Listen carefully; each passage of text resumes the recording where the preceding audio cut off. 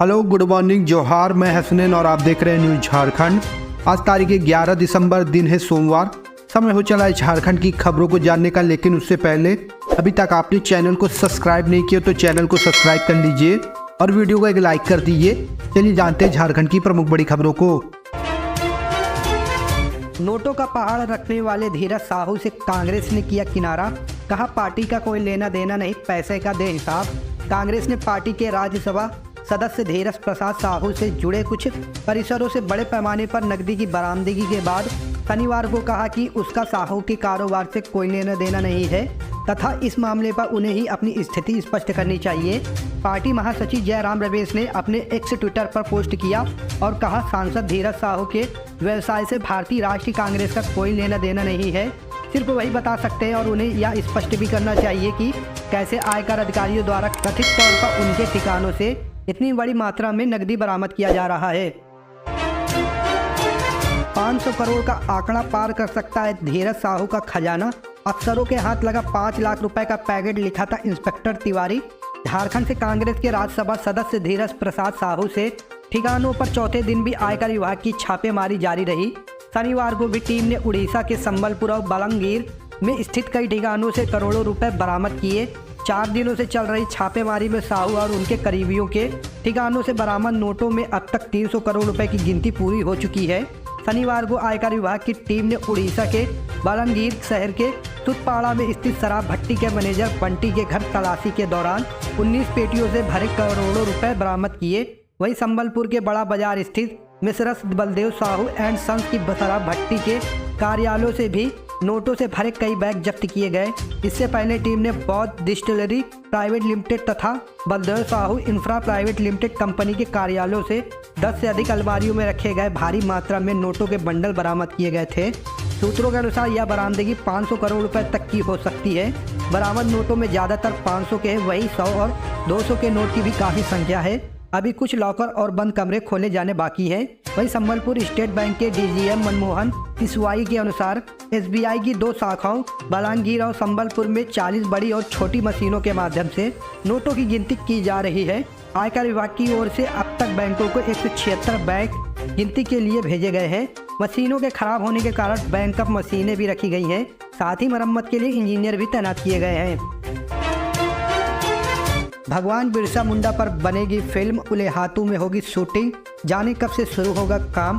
भगवान बिरसा मुंडा की वीरता और संघर्ष से काफ़ी प्रभावित होकर अभिनेता सुचि कुमार ने धरती आबा पर फिल्म बनाने की पूरी तैयारी कर ली है। साल 2024 के मार्च महीने में भगवान बिरसा मुंडा के गांव उलेहातू से फिल्म की शूटिंग शुरू करने की बात कही गई है। अभिनेता सुचि कुमार ने बिरसा मुंडा पर फिल्म बनाने की बात मुंबई में आयोजिका एक कार्यक्रम में कही। उन्होंने बताया कि फिल्म के निर्देशक एन राघवन हैं। वे भगवान बिरसा मुंडा की जीवनी से प्रभावित होकर फिल्म बनाने के लिए काफ़ी गंभीर हैं। अभिनेता ने कहा है कि इस फिल्म को लेकर मैं बीते 5 सालों से भगवान बिरसा मुंडा की जीवनी पर अध्ययन कर रहा हूँ। अभिनेता ने बताया कि उन्होंने भगवान धरती के गांव जाकर उनके परिवारों के सदस्यों से मुलाकात की और काफ़ी बारीकी से पूरी जानकारी लेने की कोशिश की। साथ ही पुराने लोगों से मिलकर उनके रहन सहन, जीवन यापन पर जानकारी लेकर अन्य विषयों पर भी वे निरंतर अध्ययन कर रहे हैं। पोस्ट मैट्रिक का लाभ लेने वाले विद्यार्थी कर ले ये काम, वरना नहीं मिलेगा छात्रवृत्ति का लाभ। रांची के 8000 विद्यार्थियों का बैंक खाता आधार से लिंक नहीं होने के कारण छात्रवृत्ति से वंचित हैं। यह सभी पोस्ट मैट्रिक के विद्यार्थी हैं। मामले में जिला कल्याण कार्यालय द्वारा सभी वंचित विद्यार्थियों के बीच SMS कर सूचना भी दे दी गई है। उन्हें इसे लेकर जल्द से जल्द आधार लिंक करने का निर्देश दिया गया है ताकि इससे वंचित न हो। अब तक जिला कल्याण कार्यालय द्वारा ST, SC और OBC के कुल 28,000 विद्यार्थियों के बीच 69 करोड़ 2 लाख रुपए का वितरण कर दिया गया है। करीब 8,000 और भी विद्यार्थियों के बीच छात्रवृत्ति को लेकर राशि का वितरण किया जाना है। फिलहाल कार्यालय ने विभाग से 8,000 विद्यार्थियों के लिए और 35 करोड़ रुपए की मांग की है। फंड मिलते ही शेष विद्यार्थियों के खाते में राशि डाल दी जाएगी। दूसरी तरफ SC के खाते में 1.5 करोड़ रुपए है। SC वर्ग के विद्यार्थियों के आवेदन का कार्यालय इंतजार कर रहा है। अप्रैल माह से ही आवेदन भरा जा रहा है। इसमें एक विद्यार्थी को कोर्स के आधार पर 4,000 रुपये से लेकर 1 लाख रुपए तक छात्रवृत्ति दी जाती है। एम्स देवघर ने निकाली कई पदों पर भर्ती, 56,000 से ज़्यादा मिलेगी सैलरी। सरकारी नौकरी करने की इच्छा है तो आपके लिए अच्छी खबर है। अखिल भारतीय आयुर्विज्ञान संस्थान देवघर ने एक भर्ती नोटिफिकेशन जारी किया है। इसके लिए उम्मीदवार आधिकारिक वेबसाइट पर जाकर आवेदन भर सकते हैं। इस अभियान को लेकर आवेदन पत्र जमा करने की आखिरी तारीख 15 दिसंबर 2023 है। भर्ती के लिए आवेदन करने की आखिरी तारीख निकल जाने के बाद उम्मीदवारों को आवेदन करने का मौका नहीं मिलेगा। इस भर्ती अभियान के जरिए एम्स देवघर में रेजिडेंट के 109 पदों को भरा जाएगा। ये अभियान सीनियर रेजिडेंट के 96 पद और जूनियर रेजिडेंट के 13 पद भरेगा। अधिसूचना के अनुसार एम्स देवघर के इस अभियान के लिए आवेदन करने वाले उम्मीदवार के पास किसी मान्यता प्राप्त संस्थान से स्नातक डिग्री प्राप्त होना चाहिए। उम्मीदवारों का चयन साक्षात्कार के आधार पर होगा। इन पद पर उम्मीदवारों के चयन के लिए इंटरव्यू की संभावित तिथि 19 दिसंबर 2023 रखी गई है। इन पद पर चयनित उम्मीदवारों को लेवल 10 के अनुसार 56,100 रुपये प्रति माह का वेतन दिया जाएगा। भर्ती के लिए आवेदन करने के लिए उम्मीदवारों को आवेदन शुल्क का भुगतान करना होगा। आवेदन करने के लिए जनरल वर्ग के उम्मीदवारों को 3,000 रुपये का भुगतान करना होगा। वहीं ओबीसी वर्ग के उम्मीदवारों को 1,000 रुपये का शुल्क अदा करना होगा, जबकि अप्लाई करने वाले SC, ST, PWD, IWS महिला उम्मीदवारों को शुल्क भुगतान से छूट प्रदान की गई है। ज़्यादा जानकारी के लिए उम्मीदवार आधिकारिक वेबसाइट पर जाकर डिटेल चेक कर सकते हैं। पुलिस रिमांड में रितेश ने कबूला अमन की हत्या का गुनाह। धनबाद मंडल कारा अस्पताल में गैंगस्टर अमन सिंह की हत्या में आरोपित रितेश यादव उर्फ सुंदर महतो को 5 दिनों की रिमांड अवधि पूरी होने के बाद शनिवार को सरायकेला पुलिस ने वापस जेल भेज दिया। इससे पूर्व सदर अस्पताल में रितेश यादव की मेडिकल जांच कराई गई। चिकित्सकों के अनुसार जांच में वह पूरी तरह फिट पाया गया। सरायकेला थाना प्रभारी सह अनुसंधानकर्ता विनय कुमार ने प्रभारी मुख्य न्यायिक दंडाधिकारी राजीव त्रिपाठी की अदालत में रितेश यादव को पेश किया। इसके बाद अदालत ने उसे न्यायिक हिरासत में जेल भेज दिया।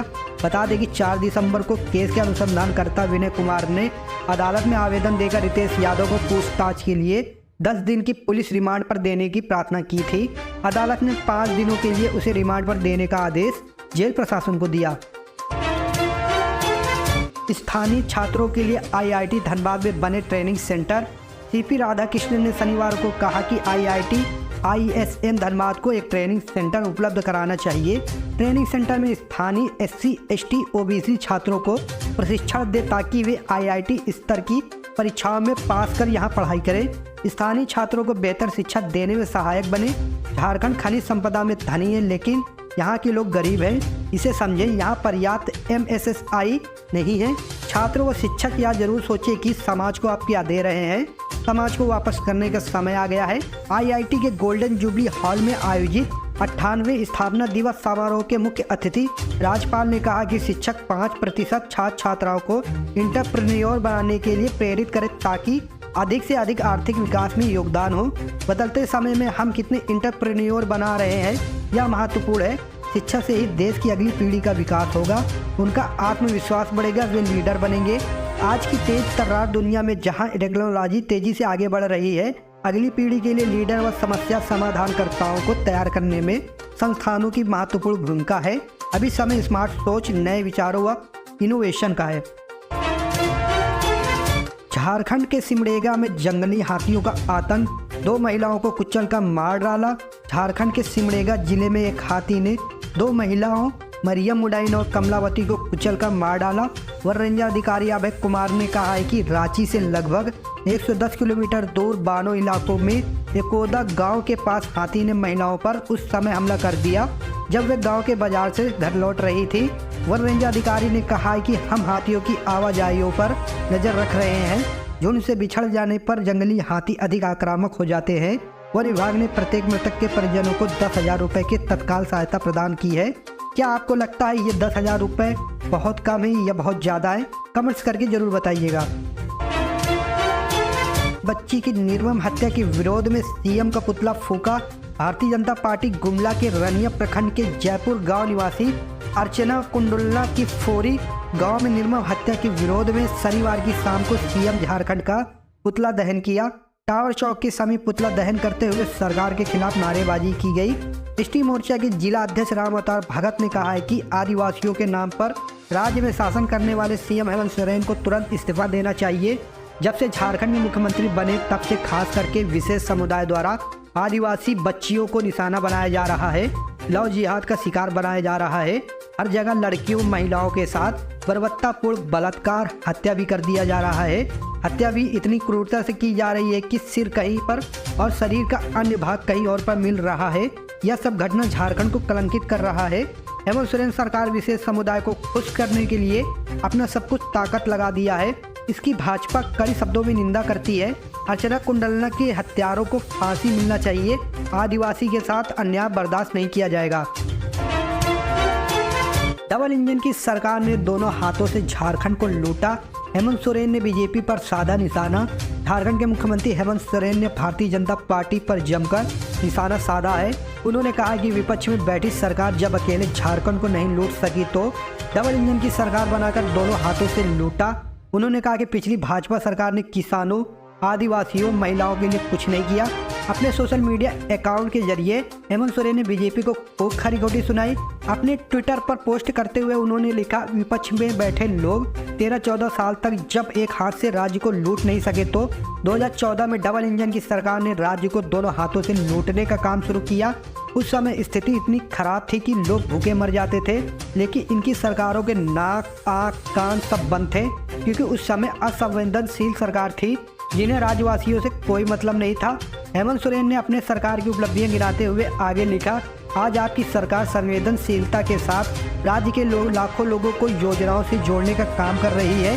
राज्य की 80% आबादी गांव में रहती है, इसलिए हम अपने गांव को मजबूत करने का काम कर रहे हैं। झारखंड देश का पहला राज्य है जहां सभी जरूरतमंदों को पेंशन का लाभ मिल रहा है।